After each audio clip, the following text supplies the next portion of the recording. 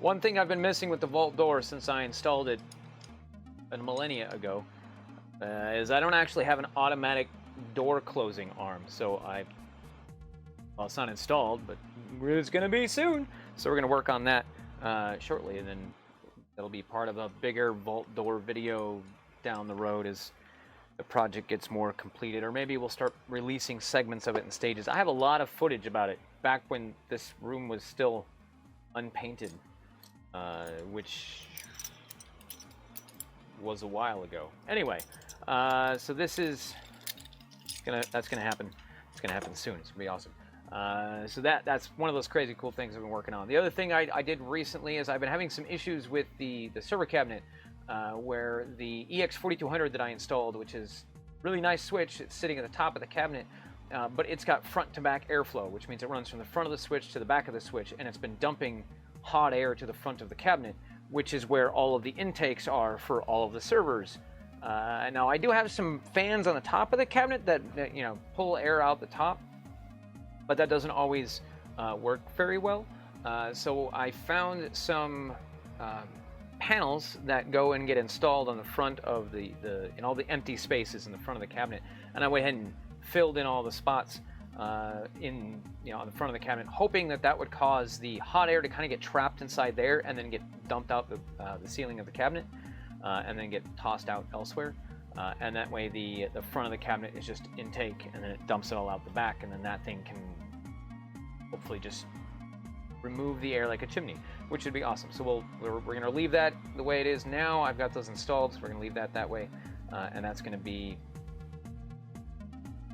awesome in its own right, and hopefully that'll work really well. Otherwise, I have to find a new way of forced air removal from the cabinet. Anyway, next thing that I've been working on is I've been streaming a lot lately, working on a couple of really cool things. I got my first Hackerbox, this is my first Hackerbox. A lot of cool pieces and parts in here. This one is the Demon Seed. It was an interesting project to kind of work through, and I didn't even get through the whole project. I spent most of the stream just trying to decipher what was in the box, and I kind of had an idea of what I wanted to do when I went into that stream, and I think that's kind of where I'm going to go for future hacker boxes, is that there was no instructions in the box for what the project was about. So if you weren't already aware what the Demon Seed was, and you weren't already aware of what was supposed to be in the box, you were kind of flying blind, which is what I liked about it, is that I was very much flying blind, which meant that I got to sit down and open up the box, look at all these parts and components and take them all out and set them out on the table and be like, okay, what do we have here? What are these pieces and how are they related? And so I went through with the camera microscope, and I zoomed in on all the integrated circuits, and I was like, okay, so this chip is an Atmel chip, and it's a microcontroller. This one is the same microcontroller but in a different package, and then this one is the same microcontroller but even in a different package. And what it seemed to me is that this project that was in this Hackerbox, which is you can find a link down in the description, hackerboxes.com. The project in the box was the multiple prototyping phase that was done by the gentleman who created the Demon Seed to kind of show the progress of how you develop this kind of thing. And then the ultimate goal is to understand signaling on USB, which I thought was kind of interesting. If you understand how USB communicates, and then you put a small device in line with your USB, USB device, you can interfere with or create your own signals on the USB bus. And one of the pieces of the project, you basically built your own. You took a USB cable that already existed, you snip off the end, and you wire it into the Demon Seed, which is this tiny little circuit, this little circuit board here, and it literally gets soldered onto the connectors for a USB connector, just a Type A USB 2.0 connector, and then you seal that inside of a USB housing in a cable, and now I have a cable that has a this device in line, this little microcontroller in line with USB, which in and of itself is kind of innocuous. It's whatever you do with it, and this could be used for good and be used for evil. And it's called a demon seed, but the reality is that you could do a lot of really cool, nifty things with this. Like I had an idea. A buddy of mine has a computer. He works for a company, but he's not allowed to change or turn off the screensaver settings. So I was like, well, this is a security risk, but if you had this thing installed, you could set it to just make like an innocuous keystroke that doesn't actually do anything, but it keeps the computer from going to sleep. And it's when used in a controlled environment that this guy is in, where he's not in an office, he works from home. He could do this, and then he doesn't have to lock his computer. But at the same time, it's like then all you really need to do is take the key out, and after the timeout, it'll go to sleep, and it'll lock the computer. So it's like it's not. It turns into like you would use it more as a keep it active key, and then you just remove it, or in the case where you get like a USB hub like this, which has got little switches. This actually came in the Hackerbox, which I thought was really fucking cool. You can just turn it off. Turn off that device that's in there, and suddenly your key that's keeping the computer from falling asleep falls asleep, which would be awesome into itself. I'm trying to think of some of the other things that have been going on recently. So the goal with this box and with future hacker boxes that I have is I would like to have a stream where I get it sight unseen, I open it up on camera at the beginning of the stream, and then we basically decipher what's in the box and kind of reverse engineer what the project is. We're not trying to reverse engineer the device. Sometimes that might end up being the result, but we're going to reverse engineer what the project is supposed to be. Now, I got most of the way there, and then at the end of my stream, I went and found the videos that were put out by the gentleman who created the Demon Seed, and found that it was less about having this thing going to the USB cable and more about understanding signaling processes inside of USB, because at the end of the day, it's just like a voltage adjustment on the line. It's what's a 1, that's a 0, 1, 0, 1, 0, 1, 0, 1. That's it. It's just a bunch of 1s and 0s at the end of the day. And it's done that way with a signal. And the signal is, this is the voltage on the line. It's now up here. Now it's down here. Now it's up here. Now it's down here. And that's 1, 0, 1, 0, 1, 1, 1, 1. And there's a timing, and there's a whole bunch of other stuff. So if you start digging into signaling processing and things like that, it's pretty cool. And that was kind of nifty to learn. And I might end up turning them into 2 streams, where I'll do one, which is let's take the thing out of the box, figure out what it is, and if we can figure out what it is easily, that's great, and we might just go right onto the project. But in future cases, it might be let's figure out what's in the box, deciphering it the way it is, and then maybe a follow-up stream where we actually put it to use doing something. And that in and of itself could be pretty awesome. It's get a little sketchy because sometimes the applications can be less than copacetic. Is that a good word? Less than kosher. We'll go with that one. But it's like a lot of things. Like, you've got a computer. The computers do stuff. They don't always do bad things, but you can make them do bad things. So don't do bad things with them, even though things called a demon seed. Not all demons are bad, man. Sometimes they're just disk and execution monitors. But I digress. That's just something I'm going to do that. I'm going to start doing that every month. So every single time I get a Hackerbox in, I'm going to do that. I'm going to decipher what's in the box, figure out what was going on, and work through the process. And I would like to eventually get to a point where some of you guys out there who may be also interested in this kind of stuff will also acquire said Hackerboxes, and then on stream we can kind of work through it together, or maybe I'll get on Discord with you guys and we'll have a video or voice chat, and we will discuss the project, and we will work through the deciphering reverse engineering together. And it would be more interesting if we all do it sight unseen, as opposed to somebody going, "Oh, I already looked up the instructions," because then it's no fun, because you're skipping ahead and you're cheating on the test. Like, let's figure this out. And part of the process isn't making the project do something, it's figuring out what the project is without any insight, because that in and of itself is its own skill set that is very valuable to have, especially in information security and in the world that we're days. So that's kind of the purpose behind that. It's like a lot of people ask me, well, why didn't you just buy that thing? Like, because I want to build it. Well, it's cheaper to buy it. I'm like, but I want to learn how to build it. That's the point. That's the project. That's the process. Because if I learn how to build this thing, then I can go and build something else with the skills that I've learned building this one.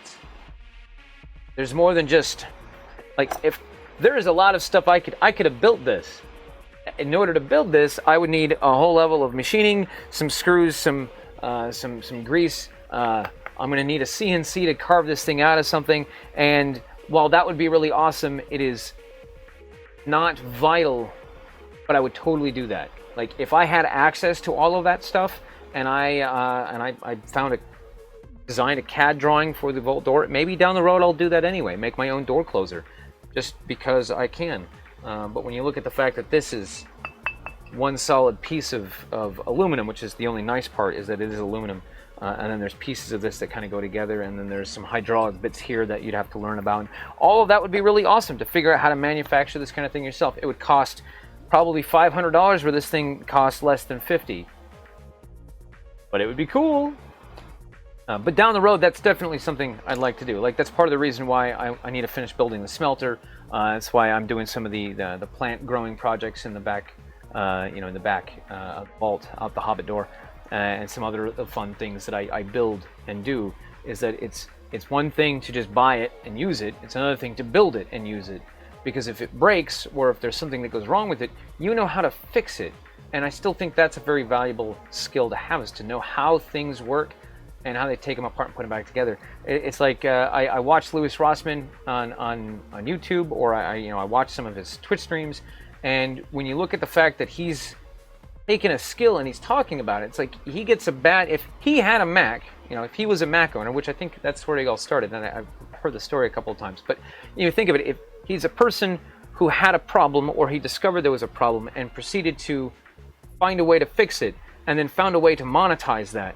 Like, that's not, he didn't start there, he developed that process, and I use him because I've talked to him about that, and it's just one of those things that I think is actually really awesome, and kudos to you, Louis, because I have the utmost respect for you.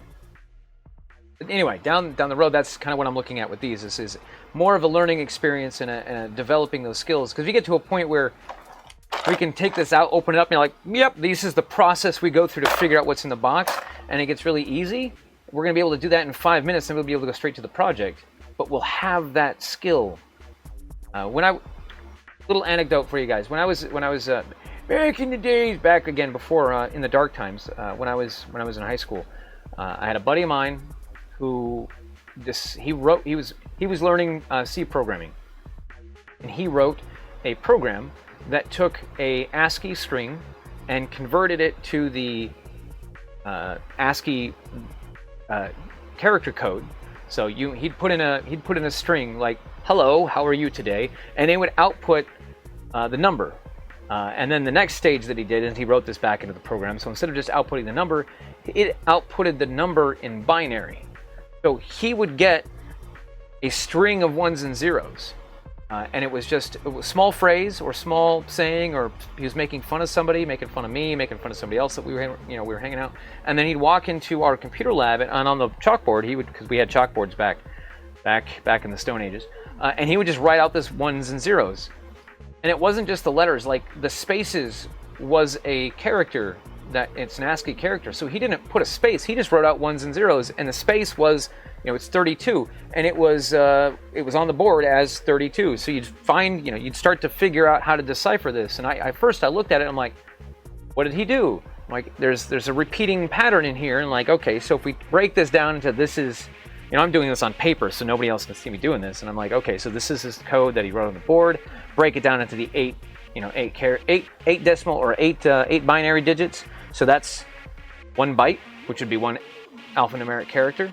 And I found all the spaces. So now I know how many words there are, which also means I know how many letters are in each word. And then it's just a matter of figuring out search and replace, where if you've only got a single letter in a word, it's either A, I, what else? I mean, it really boils down to you have a very limited choice. I'm trying to think, is there another one that we use? A and I. or two single letter words. Those are usually what they are. It's like, hey, time of day, you know, I ate a sandwich. And then you've got 3-letter words, which are also very common and simple and commonly used words. So you'd start to, this number is this number is that. And I was deciphering the binary into the alphanumeric character without looking up the character code for ASCII. After about a month of me going in and looking at this code and then just deciphering it, like I had pretty much memorized the ASCII character chart for the characters that he was using, because he wasn't differentiating between upper and lower case. So I'm like, well, why not? Like, that would make it harder. That would be more awesome. And he was like, meh. But he was just lower casing all of it and then running from there. And then we'd run this number out. And I got to a point where he would write it in there, and I would come in at the end of whatever period he was in, and I would come in right after that, and I'd look at it, and I'd be like, da da da da da da da da da da, and I'd put it down and done. And his girlfriend got really pissed because I would beat her every single time. So she went ahead and made herself a cheat sheet, and the cheat sheet was the numbers, the binary number, the number, the ASCII number, and then the letter that was corresponding to it. So she would try to beat me into the classroom and beat me to it.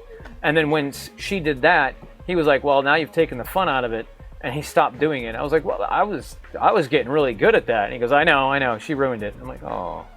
No, it was really funny. We got a good laugh out of it. But for a long time, it would get to a point where I could read ASCII binary. Like, if I saw, people post those binary blobs on like Twitter, I used to be able to just read those straight across as if they were just a phrase. Anyway, I've rambled enough for this video, I think, and I've told enough crazy stories. So I'm hoping that y'all stick around. You hit that like button, you hit the subscribe button, leave a comment if you're going to be insulting. Make sure it's funny for everybody, not just you or me, because I'll just laugh at you regardless. And always remember, my name is Qain, and I'm here to help you.